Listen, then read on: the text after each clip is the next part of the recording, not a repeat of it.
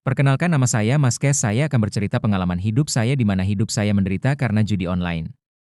Semoga bisa jadi manfaat dan didengarkan oleh orang-orang yang masih bermain judol. Sebelumnya jangan lupa di like, subscribe, dan share, komen jika perlu. Langsung saja. Pada suatu daerah di Indonesia, Mas Kes tinggal bersama istri dan anak. Dan tinggal di suatu perumahan subsidi dengan kredit. Pada saat itu Mas Kes kerja menjadi agen asuransi.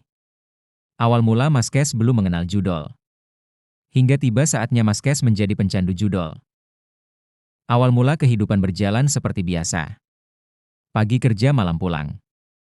Dan pendapatan mengandalkan gaji. Setiap malam bertemu dengan orang sekitar komplek di pos ronda.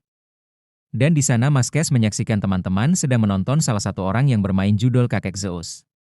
Kemudian di saat menonton, sang pemain memenangkan judol tersebut dan mendapatkan 5 juta rupiah. Dan Mas Kes dan warga lain YG menonton. Akhirnya tergiur dan mulai bermain semua. Dan terjadi hampir setiap malam nobar kakek Zeus. Kemudian Mas Kes kecanduan.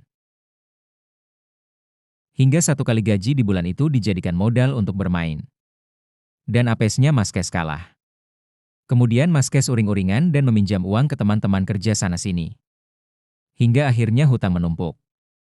Dan tidak sanggup membayar. Akhirnya Mas Kes menjual asetnya untuk membayar hutang, yaitu 1 unit mobil. Namun tidak berhenti sampai di situ, Mas Kes penasaran dan dengan harapan ingin kekalahannya kembali. Mas Kes bermain lagi. Hingga berbulan-bulan. Sampai finalnya. Akhirnya hutang menjamur di mana-mana. Akhirnya dengan berat hati, rumah harus di take over. Dan rumah tangga sedikit goyah. Untungnya Mas Kes memiliki istri yang sabar sehingga masih memaafkan Mas Kes. Mas Kes akhirnya berhenti sejenak bermain. Namun maraknya pemain. Di mana-mana di lokasi kerja di lingkungan. Selalu ada pemain. Akhirnya Mas Kes kecanduan lagi. Hingga hutang menumpuk. Tidak fokus kerja dan akhirnya di PHK. Dan Mas Kes melamar sana-sini untuk mencari pekerjaan untuk membayar hutang.